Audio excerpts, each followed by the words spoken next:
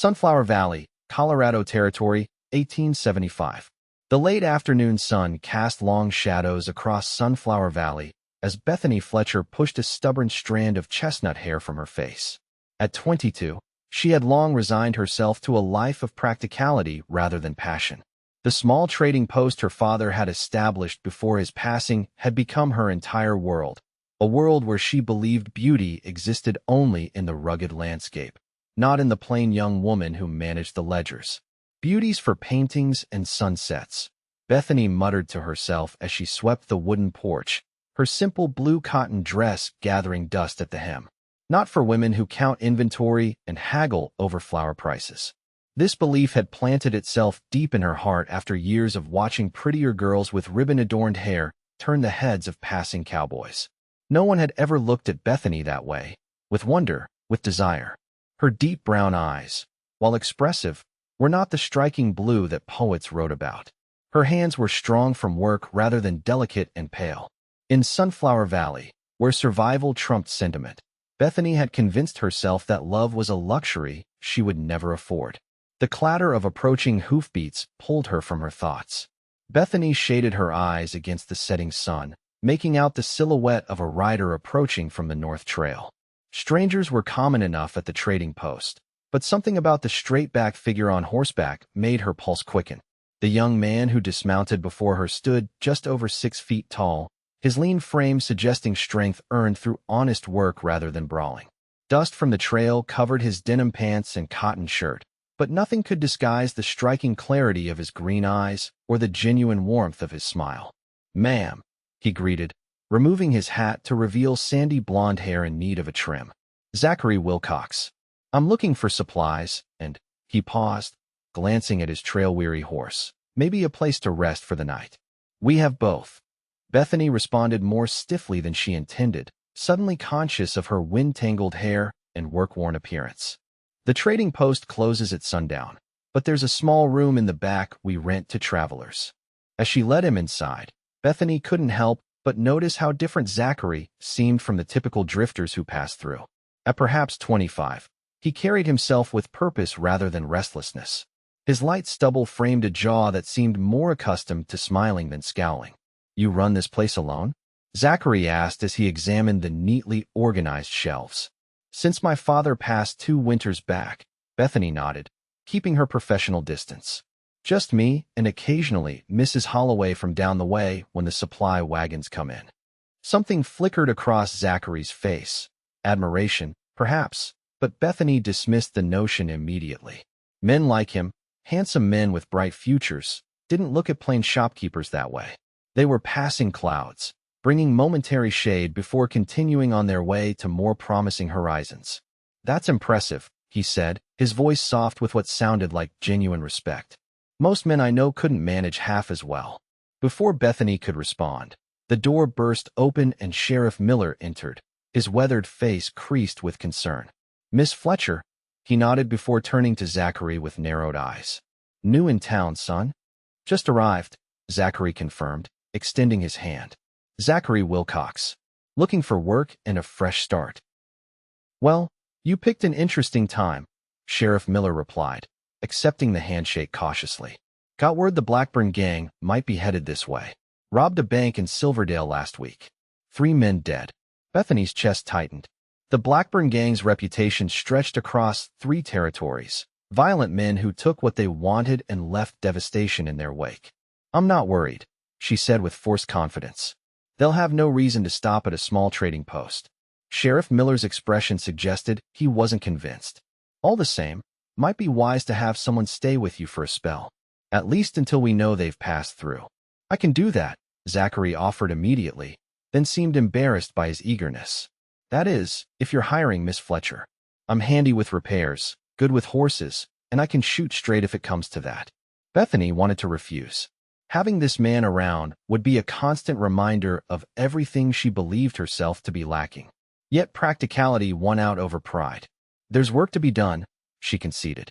"The roof leaks when it rains, and the corral fence needs rebuilding." And so it was decided. Zachary Wilcox would stay at the trading post as a handyman and unofficial protector, sleeping in the small room behind the store while Bethany continued to occupy the modest cabin her father had built adjacent to the main building. A temporary arrangement born of necessity and frontier pragmatism. Neither could have predicted how completely this practical decision would challenge everything Bethany believed about herself and about love's place on the untamed frontier. The following days established a rhythm neither had anticipated. Zachary rose before dawn to complete the heaviest chores before the day's heat set in. Bethany found herself watching him from the kitchen window as she prepared breakfast, studying the fluid movement of his shoulders as he split wood or the careful precision with which he repaired the loose boards on the porch. "You don't have to cook for me," he protested on the third morning when she called him in for eggs and biscuits. "It's practical," she replied, not meeting his eyes. "Can't have you passing out from hunger and leaving half my roof unthatched." But the truth was more complicated. For the first time in years, Bethany felt the simple pleasure of providing for someone else, of being appreciated for more than her ability to manage inventory and calculate fair prices. One evening as they sat on the porch after closing, the conversation shifted to their pasts. Zachary spoke of growing up on a struggling ranch in Texas, losing his parents to fever, and spending years drifting between cattle drives and ranch work. "What brought you to Sunflower Valley?" Bethany asked, curious about the path that had led this capable man to her door. Zachary stared into the gathering darkness. "Been chasing something, I suppose. Not sure what. Just knew I hadn't found it yet." His words resonated with an emptiness Bethany recognized, but had never acknowledged. She'd stopped looking for more years ago, convinced that wanting was futile. "And you?" he asked. "Ever think about leaving? Seeing what's beyond these mountains?" "This is my home," Bethany answered automatically, but something in Zachary's patient gaze made her continue more honestly. "Though sometimes I wonder what it would be like. To see the ocean. To walk in a real city." "You could, you know," Zachary said softly. "The trading post would still be here when you returned." Bethany shook her head. "Who would run it? Besides," she added, looking down at her calloused hands, "I'm not the kind of woman who turns heads or gets invited to dances in fancy places. I'm better suited to ledger books and practical matters." Zachary's expression changed then, his brow furrowing as if she'd said something troubling. Before he could respond, however, a rider appeared on the trail, approaching at speed. It was young Thomas Garrett, the blacksmith's son, his face flushed with exertion and worry. "Miss Fletcher, Sheriff Miller sent me. The Blackburn gang was spotted in Red Creek yesterday. They could be here by tomorrow." Zachary stood immediately. "How many men does the sheriff have?" "Just Deputy Wilson and himself," Thomas replied. "He's asking able men to be ready." "Tell him I'll be there at first light," Zachary confirmed. His voice steady, though Bethany noticed his hand had moved instinctively to his belt where his pistol hung. After Thomas departed, a heavy silence fell between them. The threat of violence had suddenly transformed their comfortable routine into something fragile and precious. "You should stay with Mrs. Holloway tomorrow," Zachary finally said. "It would be safer." "This is my home and my business," Bethany replied firmly. "I won't abandon it." Their eyes met in the fading light, and something unspoken passed between them, an understanding that neither was willing to retreat in the face of danger, and neither wanted to see the other harmed. That night, Bethany lay awake long after she should have been sleeping, listening to the distant call of coyotes and thinking about the man sleeping in the small room behind her store. For the first time in years, she found herself caring deeply about someone outside the circle of longtime neighbors and childhood acquaintances. It was an uncomfortable feeling, this sudden vulnerability, this fear of loss before anything had even begun. Dawn arrived with an unnatural stillness. Zachary prepared to meet the sheriff while Bethany insisted on opening the trading post as usual. "Routine matters," she explained when he questioned her decision. "People will need supplies regardless of rumors about gangs." What she didn't say was that routine was her armor against fear. Just before he left, Zachary paused at the doorway. "Bethany," he said, the first time he'd used her given name, "I want you to know something. When I come back, there's something I need to tell you." The intensity in his eyes made her breath catch. "You can tell me now." He shook his head slightly. "Some words need the right moment. Just be careful today." With that cryptic statement, he was gone, leaving Bethany to wonder what revelation could be so important it required a specific moment to be shared. The morning passed with unusual quietness. Few customers visited, and those who did spoke in hushed tones about the Blackburn gang. By noon, Bethany found herself repeatedly checking the road for any sign of riders, either the dreaded outlaws or, preferably, Zachary returning with news. It was mid-afternoon when she heard horses approaching, too many for just Zachary and the sheriff. Bethany's heart hammered as she reached beneath the counter for her father's old shotgun, checking that it was loaded. The door crashed open to reveal 3 dust-covered men. The leader, a tall figure with a puckered scar running from his left eye to his jaw, surveyed the store with cold calculation. "Well now," he drawled, "what have we here? A pretty little shopkeeper all alone." Bethany kept the shotgun hidden but ready. "What can I help you with, gentlemen?" The scarred man smiled without warmth. "Oh, I think you can help us with quite a lot. Starting with whatever's in that cash box and moving on to those supplies we need." "Are you planning to pay?" Bethany asked, though she already knew the answer. The man laughed, a sound like gravel shifting. "Ain't you heard of the Blackburn gang, miss? We don't pay. We take." One of his companions, a younger man with rodent-like features, moved toward the shelves, grabbing tobacco and ammunition. The third man, heavy-set and sweating despite the cool interior, positioned himself near the window, watching the road. "No trouble now," the leader warned, noticing Bethany's glance toward the door. "Your menfolk are all occupied with a little distraction we arranged on the south side of town. Fire has a way of drawing attention." Cold fear washed through Bethany. A fire meant Zachary and the sheriff would be nowhere near.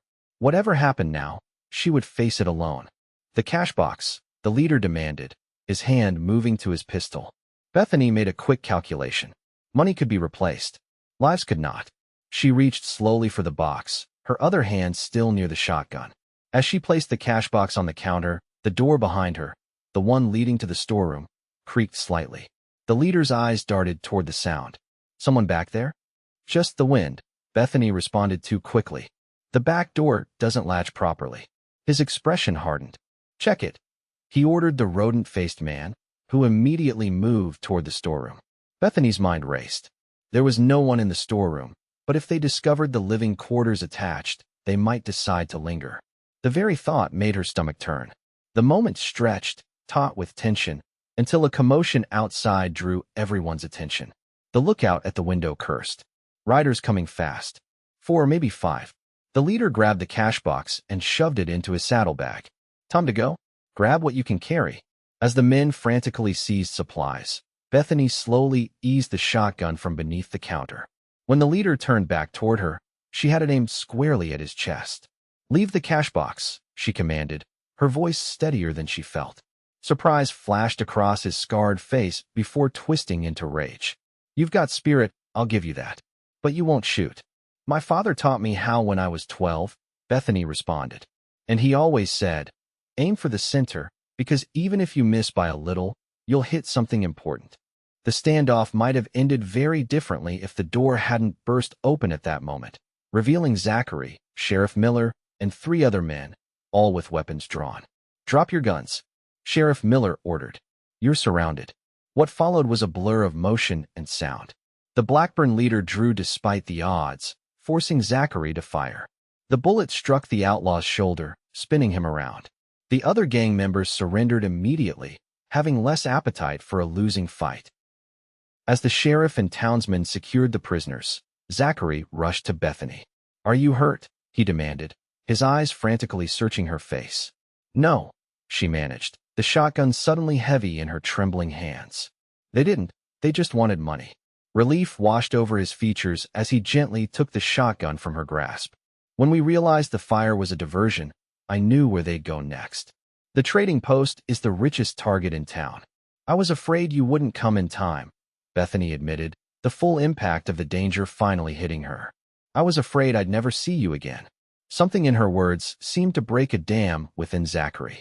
With the outlaws being led away and the immediate danger past, he took her hands in his. "I thought the same thing when we saw the smoke," he confessed. "All I could think was that I might lose you before I ever had the chance to tell you how I feel." Bethany stared at him in confusion. "Feel? From the first moment I saw you, Zachary continued, his voice low and urgent, standing on that porch with the sunset in your hair. I thought you were the most beautiful woman I'd ever seen. Bethany pulled her hands away, certain he was mocking her. Don't. I know what I am. I'm practical, reliable. Not beautiful. Zachary's expression shifted from confusion to determination. Is that what you believe? That beauty only exists in one form? That it can't be found in the strength of your hands or the kindness in your eyes? Before she could respond, Sheriff Miller interrupted. Miss Fletcher, we'll need your statement about what happened. The moment broken, Bethany stepped away from Zachary, retreating into the familiar comfort of practical matters. Statements were given, the trading post was put to rights, and the town buzzed with excitement over the capture of the notorious Blackburn gang. Through it all, Bethany kept her distance from Zachary, unsettled by his words and by the unwelcome hope they had kindled. That evening, after the last curious neighbor had departed, Zachary found Bethany sitting alone on the porch steps, staring at the stars emerging in the darkening sky. May I join you? He asked softly.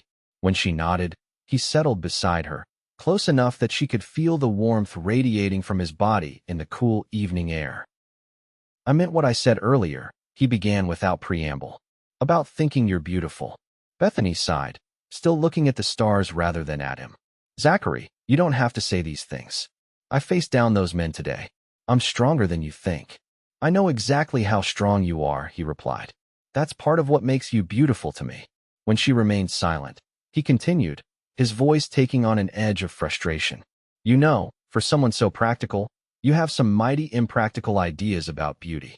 As if it's only found in fancy dresses and soft hands that have never done a day's work. This finally drew her gaze to his face. It's not my idea. It's the world's. I've never been the girl that men notice. Then those men were blind, Zachary stated firmly. Because I noticed you the moment I rode into this valley. And I've seen nothing since that's changed my mind.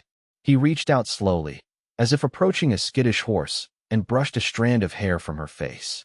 Your beauty outshines the stars, Bethany Fletcher. And I've been watching stars my whole life as I've traveled from place to place. The sincerity in his voice broke through defenses Bethany hadn't realized she'd built. Why would someone like you want someone like me? Because you're real, he answered immediately. Because when I'm with you, I don't feel like I'm drifting anymore. I feel like I've found what I've been looking for all these years. The confession hung between them, honest and vulnerable in the gathering darkness. Bethany felt the careful walls she'd constructed around her heart beginning to crumble. I'm afraid, she whispered. Not of outlaws or hard work, but of believing in something that might disappear tomorrow. I'm not disappearing, Zachary promised. Unless you send me away. Slowly, giving her every chance to retreat, he leaned forward until his lips met hers in a gentle kiss that felt like coming home after a long journey. When they finally parted, Bethany found herself smiling, truly smiling, for what felt like the first time in years. The following weeks brought changes to Sunflower Valley. The Blackburn gang was transported to Denver to face justice. The trading post thrived under the joint management of Bethany and Zachary, whose presence became increasingly permanent. Yet shadows from the past still lingered. One evening, as they closed the store together, Zachary grew unusually quiet. What's troubling you? Bethany asked, now comfortable enough to read the subtle shifts in his mood. Zachary hesitated, then reached into his pocket and withdrew a folded newspaper clipping. This came with yesterday's mail coach. I've been trying to find the right way to tell you. Bethany unfolded the paper to find a wanted poster. The face staring back at her was younger, wilder, but unmistakably Zachary. The name read, Zachary Wilcox, wanted for questioning in connection with the Robertson Ranch robbery, Texas, 1872. Cold shock washed through her. Is this true? Not the way they tell it, Zachary replied, his voice strained. I worked at the Robertson Ranch for 2 years. I was there when it was robbed, but I had nothing to do with it. My so-called friends, men I rode with, they were the ones who planned it. When I refused to participate, they knocked me unconscious and left me to take the blame. He ran a hand through his hair in frustration. By the time I came to, they were gone with the money, and old man Robertson was dead. I ran. It was wrong, but I was 22 and scared, and I knew no one would believe me over the ranch foreman, who claimed he saw me with the others.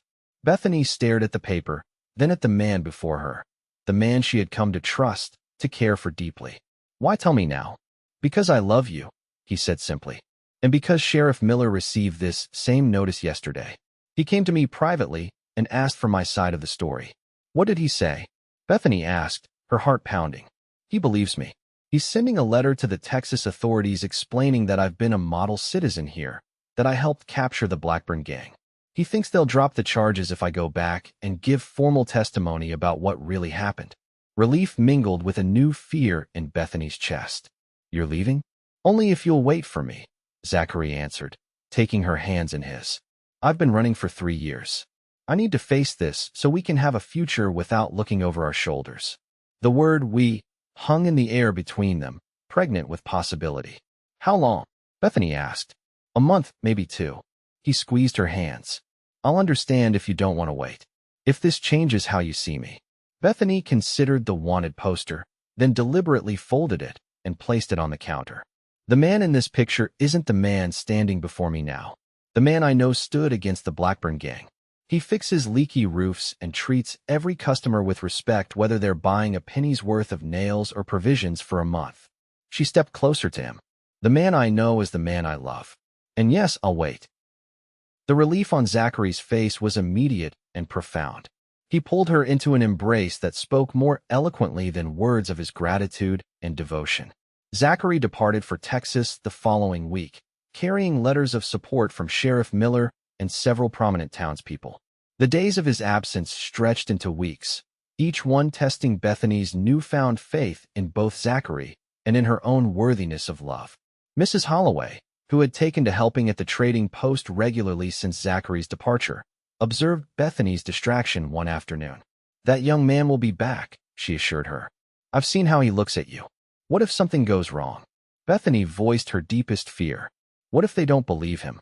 "Then we'll figure it out together," Mrs. Holloway replied firmly. "This town takes care of its own, and like it or not, Zachary Wilcox is one of ours now. So are you, for that matter." This simple declaration of belonging eased something in Bethany's heart.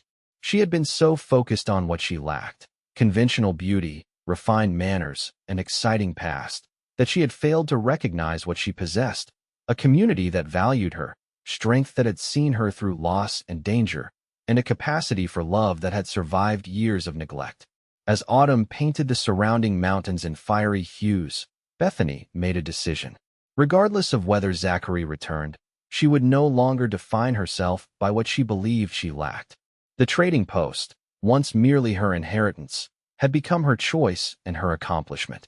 The friends who checked on her daily during Zachary's absence were evidence of connections she had built through her own character and actions. She was more than just a plain shopkeeper waiting for life to begin. She was Bethany Fletcher, survivor and builder of her own destiny. It was this transformed woman who looked up from sweeping the porch one crisp October morning to see a familiar figure riding up the trail. For a breathless moment, Bethany froze, afraid her mind was playing tricks. Then Zachary dismounted, his face weary but his eyes bright with joy at the sight of her. "It's over," he called as he approached. "The real culprits were caught trying to rob a bank in Dallas. They confessed to everything, including framing me. I'm free, Bethany. Truly free for the first time in years." Bethany closed the distance between them in a rush, propriety forgotten as she threw herself into his arms. He caught her easily, spinning her once before setting her down and kissing her with all the pent-up emotion of their separation. When they finally broke apart, both slightly breathless, Zachary reached into his pocket and withdrew a small object. "I've had this since I left Texas," he explained, opening his hand to reveal a simple gold band set with a single small diamond. "It was my mother's. I've carried it everywhere, waiting for the day I'd find someone I wanted to give it to." He knelt before her, there on the dusty path leading to the trading post. "Bethany Fletcher, these past weeks without you have been the longest of my life. I don't want to spend another day wondering where home is, because now I know. Home is wherever you are." Tears blurred Bethany's vision as he continued. "Will you marry me? Will you build a life with me here in Sunflower Valley?" "Yes," she answered without hesitation. "Yes to all of it." As he slipped the ring onto her finger, Zachary looked up at her with such adoration that Bethany finally allowed herself to see what he had been trying to show her all along. That beauty existed in strength and kindness, in resilience and honesty. That love didn't require perfection, only authenticity. They were married 2 weeks later in the small church that served Sunflower Valley. The entire town turned out to witness the union of the shopkeeper they had always respected and the newcomer who had proven his worth during the Blackburn Gang incident. Afterward, as lanterns illuminated the impromptu celebration on the trading post porch, Bethany found a quiet moment with her new husband away from the well-wishers. "What happens now?" she asked, still marveling at how completely her life had transformed in the span of a few short months. Zachary smiled, his arms secure around her waist. "Now we live, Mrs. Wilcox. We expand the trading post like we discussed. Maybe add that proper hotel the town needs. And someday, when we're ready, we fill that big house we're going to build with children who have your strength and, hopefully, your eyes. And your kindness," Bethany added, leaning into his embrace. As they stood together watching the stars emerge over Sunflower Valley, Bethany reflected on the false belief she had carried for so long, that she was too plain for love, too practical for passion. How wrong she had been. The frontier wasn't a place where love withered. It was where love proved itself genuine through shared challenges and mutual support. In Zachary's eyes, she had found not just acceptance but celebration of exactly who she was.